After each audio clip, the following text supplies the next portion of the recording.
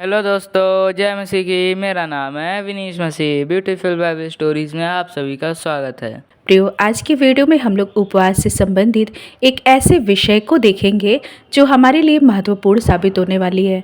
इस वीडियो के माध्यम से हम लोग उपवास कितने प्रकार के रख सकते हैं, इनके बारे में जानकारी हासिल करेंगे कि क्या उपवास रखना सिर्फ खाना पीना त्याग है या फिर इनके अलावा कुछ और है। इन सभी के बारे में हम लोग पवित्र शास्त्र बाइबल के वचनों से देखेंगे। इस वीडियो को अंत तक जरूर देखिए ताकि उपवास से संबंधित इस जानकारी से हम लाभ पा सकें।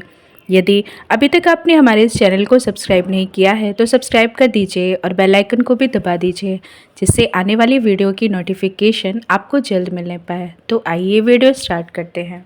प्रियो, आज उपवास को लेकर लोगों के मनों में बहुत से सवाल हैं कि हम उपवास कितने दिनों का रखें। कोई तो इन 40 दिनों के उपवास को 2 भागों में विभाजित करके रख रहे हैं।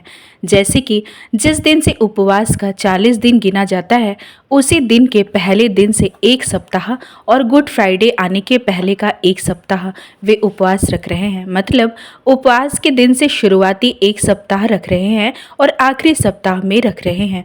उनका कहना है ऐसा करने के पीछे वे ये बताते हैं कि हम 40 दिन का उपवास नहीं रख सकते, इसलिए शुरुआती और आखिरी समयों का उपवास रख रहे हैं।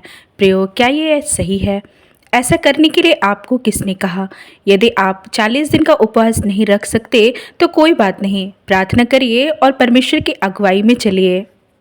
पवित्र आत्मा आपको जितने दिन की भी अगुवाई करते हैं, आप उतना ही उपवास रखें। अपने शरीर को बीमार रखकर आप परमेश्वर को कैसे खुश करेंगे? इसलिए इन सब परेशानियों से बचने के लिए पवित्र शास्त्र बाइबल के वचनों को देखिए कि वचन हमें क्या बताती है। बाइबल में उपवास के बारे में बहुत ज़्यादा जानकारी दी गई है। हम इन्हीं में से ऐसे 5 प्रकार के उपवास के बारे में क्रमानुसार देखेंगे। नंबर 1, 40 दिनों का उपवास। प्रियो, बाइबल में वर्णित एक प्रकार का उपवास है जो 40 दिन का था।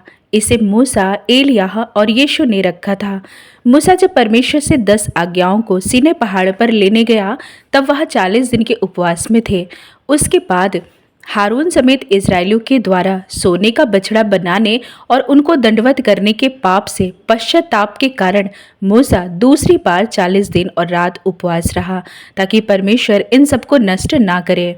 इस तरह का उपवास पश्चाताप का उपवास था। इसी तरह से एलिया ने भी स्वर्गदूत के द्वारा दिए गए रोटी और सुराही पानी को पीकर 40 दिन उपवास में रहा, अर्थात बिना कुछ खाए वह 40 दिनों तक चलता रहा और होरेब पर्वत तक पहुंच गया। इस तरह का उपवास मार्गदर्शन के लिए था। यीशु भी परमेश्वर की सेवकाई को करने से पहले 40 दिन और रात निराहार रहे। प्रियो, जरा ध्यान दीजिए, निराहार का मतलब बिना आहार या बिना भोजन के। इसका मतलब 40 दिनों के दौरान यीशु पानी पिए थे। सिर्फ भोजन का उपवास था। परमेश्वर की सेवा को आगे बढ़ाने के लिए परमेश्वर के सामर्थ्य और चाहिए था, इसलिए उन्होंने उपवास रखा। नंबर 2, 3 दिन का उपवास। बाइबल में 3 दिन का भी उपवास के बारे में बताया गया है, जिसे हम भी रख सकते हैं। हामान के षड्यंत्र से वह राजा शयस से यहूदी लोगों को मरवाना चाहता था।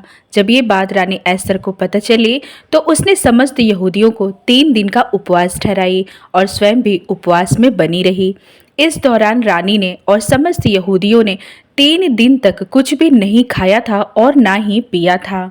जब इस कहानी को हम ध्यान से पढ़ते हैं तो सच में इनके दुखों का अंदाजा लगा सकते हैं कि इन सब के ऊपर इनके राजा का आदेश जारी हो चुका था।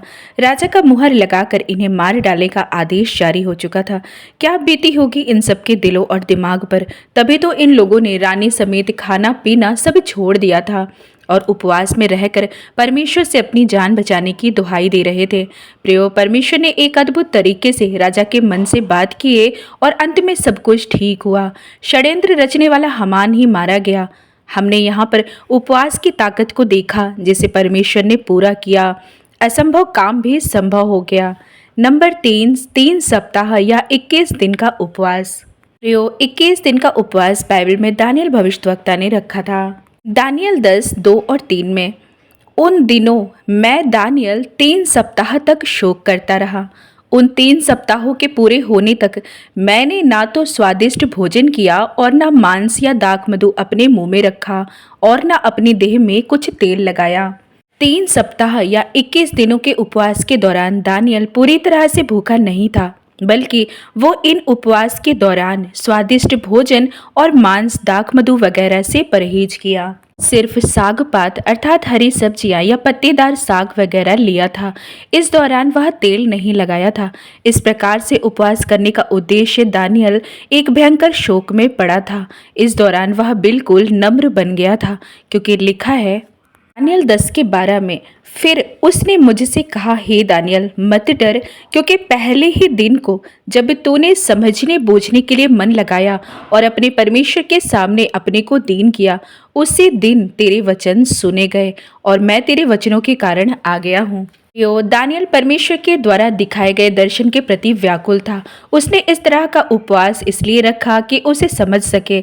आज के समय में भी इस तरह से उपवास रखे जा सकते हैं, जिसमें स्वादिष्ट भोजन वस्तु या कुछ विशेष भोजन से परहेज करके अपने को पवित्रताई और मन की दीनता से उपवास में सहभागी हो सकते हैं। इस प्रकार का उपवास उन लोगों के लिए भी अच्छा हो सकता है जो उपवास तो रखना चाहते हैं, परंतु उन्हें कुछ मेडिसिन या दवाइयाँ खानी होती है, या फिर जो लोग पूरी तरह से खाना पानी छोड़कर कमजोर महसूस करेंगे, वे इस तरह से उपवास रख सकते हैं, बशर्ते अपने परमेश्वर के प्रति वफादार और ईमानदार बने रहिए। पूरी पवित्रताई और मन की दीनता से प्रार्थना, वचन और उपवास के दौरान परमेश्वर को भावता हुआ अपने को समर्पित करें, क्योंकि परमेश्वर बलिदान से नहीं बल्कि दया से प्रसन्न होते हैं। नंबर 4, एक दिन का उपवास। प्रियो, ये एक दिन का उपवास जिसमें सुबह से लेकर शाम तक या पूरे दिन भर से लेकर पूरी रात तक का हो सकता है, या सुबह से लेकर कुछ घंटों तक भी हो सकता है। इस प्रकार के उपवास को बाइबल के समय के लोगों ने रखा है। कुछ कुछ जगहों पर तो लोगों ने उपवास रखा किसी विषय के लिए, परंतु उनका समय कुछ निर्धारित नहीं बताया गया। प्रेरितों के काम 13 उसके 2 में लिखा है, जब वे उपवास सहित प्रभु की उपासना कर रहे थे तो पवित्र आत्मा ने कहा, मेरे लिए बरनबास और शाऊल को उस काम के लिए अलग करो जिसके लिए मैंने उन्हें बुलाया है। तब उन्होंने उपवास और प्रार्थना करके और उन पर हाथ रखकर उन्हें विदा किया। यहाँ पर यीशु के चेलों के द्वारा उपवास रखा गया, लेकिन उनका समय कब था यह निर्धारित नहीं है। भजन संहिता 69:10 में दाऊद कहते हैं, जब मैं रोकर और उपवास करके दुख उठाता था, तब उससे भी मेरी नामधराई ही हुई। दूसरा इतिहास 20:3, तब यहोशापात डर गया और यहोवा की खोज में लग गया और पूरे यहूदा में उपवास का प्रचार करवाया। अतः यहूदी यहोवा से सहायता मांगने के लिए इकट्ठा हुए, वरन वे यहूदा के सब नगरों से यहोवा से भेंट करने को आने। योएल 1:14 में लिखा है, उपवास का दिन ठहराओ, महासभा का प्रचार करो, पुरानियों को वरन देश के सब रहने वालों को भी अपने परमेश्वर यहोवा के भवन में इकट्ठा करके उसकी दुहाई दो। प्रियो, इसी प्रकार से और भी कई उदाहरण बाइबल में उपवास के लिए दिया गया है, जब इन उपवास का समय कुछ निर्धारित नहीं था। उपवास करना हर एक मसीह विश्वासी को जरूरी है। आपका उपवास कितने दिन का भी हो, ये आपकी भक्ति परमेश्वर के प्रति होगी, परंतु सच्चे हृदय के साथ उपवास जरूर कीजिए, चाहे वो 1 दिन से लेकर 40 दिन का हो या फिर 1 दिन के कुछ घंटों के लिए ही हो। मत्ती 6:16 में लिखा है, जब तुम उपवास करो तो कपटियों के समान तुम्हारे मुंह पर उदासी ना छाई रहे, क्योंकि वे अपना मुंह बनाए रहते हैं ताकि लोग उन्हें उपवासी जाने। मैं तुमसे सच कहता हूँ, वे अपना प्रतिफल पा चुके। परंतु जब तू उपवास करे तो अपने सिर पर तेल मल और मुंह धो, ताकि लोग नहीं परंतु तेरा पिता जो गुप्त में है तुझे उपवासी जाने। इस दशा में तेरा पिता जो गुप्त में देखता है तुझे प्रतिफल देगा। हमारे आत्मिक जीवन के बढ़ोतरी के लिए परमेश्वर जरूर चाहते हैं कि हम उपवास करें। प्रियो, मेरी एक छोटी सी गवाही है। मेरा जन्म एक मसीह परिवार में हुआ। मुझे बचपन से ही यीशु के वचन की शिक्षा दी गई तथा मैं स्वयं भी उपवास, प्रार्थना और वचन के महत्व को अपने जीवन में महसूस भी की हूँ। इसलिए मैं हमेशा परमेश्वर के चरणों में ही रहना पसंद करती हूँ। अब एक बार की बात है, मेरे जॉब के समय मुझे कुछ इन्फेक्शन लग गई। रिपोर्ट में आया कि मुझे एक्स्ट्रा पल्मोनरी ट्यूबरक्लोसिस है, अर्थात मेरे शरीर में टीबी का बैक्टीरिया था। इस रिपोर्ट को जब मैं देखी तो परमेश्वर का धन्यवाद इसलिए दी कि इस बीमारी से मेरे परिवार का कोई सदस्य संक्रमित नहीं होगा। इसके बाद मैं अपनी प्रार्थना को जारी रखी, परंतु इस बैक्टीरिया के कारण मेरा शरीर दुबला होता जा रहा था। धीरे धीरे कमजोरी महसूस होने लगी थी। तब मैं बस दिन भर आराम करती रहती, सोती रहती थी। कुछ दवाइयों के साइड इफ़ेक्ट्स की वजह से मेरा यूरिक एसिड बढ़ गया, जिससे कि मेरा उठना चलना बैठना भी मुश्किल हो रहा था। परंतु जब भी मेरी आंख खुलती, मुझे होश आता, तब मैं लेटे लेटे ही अपनी आंखों में आंसू लिए हुए प्रार्थना करती थी। उस समय का वो दर्द ही कुछ और था। फिर परमेश्वर मुझे अपनी दया से जल्दी ही ठीक करने लगे। परंतु मेरी दवा का कोर्स तो 6 महीने से 1 साल का था। इन दवाओं को मुझे नियमित निर्धारित समय पर ही लेना होता था। तब मैं सोचने लगी, अब मैं उपवास कैसे करूँगी। तब परमेश्वर ने अपने वचन से बात किए और मैं उपवास करने के लिए दोबारा खड़ी हुई। जब मुझे उपवास करना होता था और मेरी दवाई का टाइम यदि सुबह 9 बजे का था, तो मैं बहुत जल्दी उठकर उपवास प्रार्थना में बैठ जाती थी और 9 बजे उपवास खत्म करके नाश्ता करके दवाई खा लेती थी। इस प्रकार मेरा उपवास भी हो गया और दवाई भी जारी रहा। प्रियो, आज तक परमेश्वर ने मेरी हर हालात को देखा है और आज स्वस्थ रखे हैं।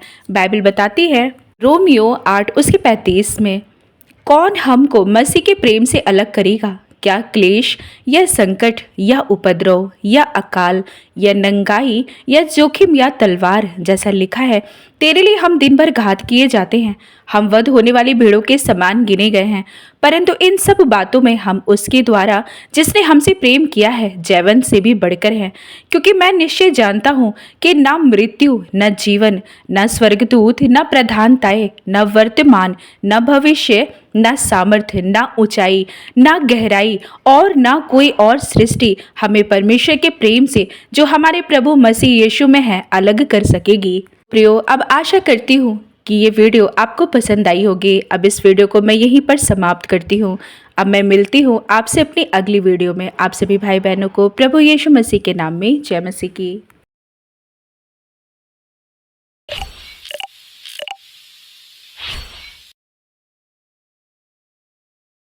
तो दोस्तों, कैसी लगी आपको स्टोरी कमेंट में लिख के बताइए। आगे ही ऐसी वीडियो देखने के लिए हमारे चैनल को सब्सक्राइब कर दीजिए। जय मसीह की दोस्तों।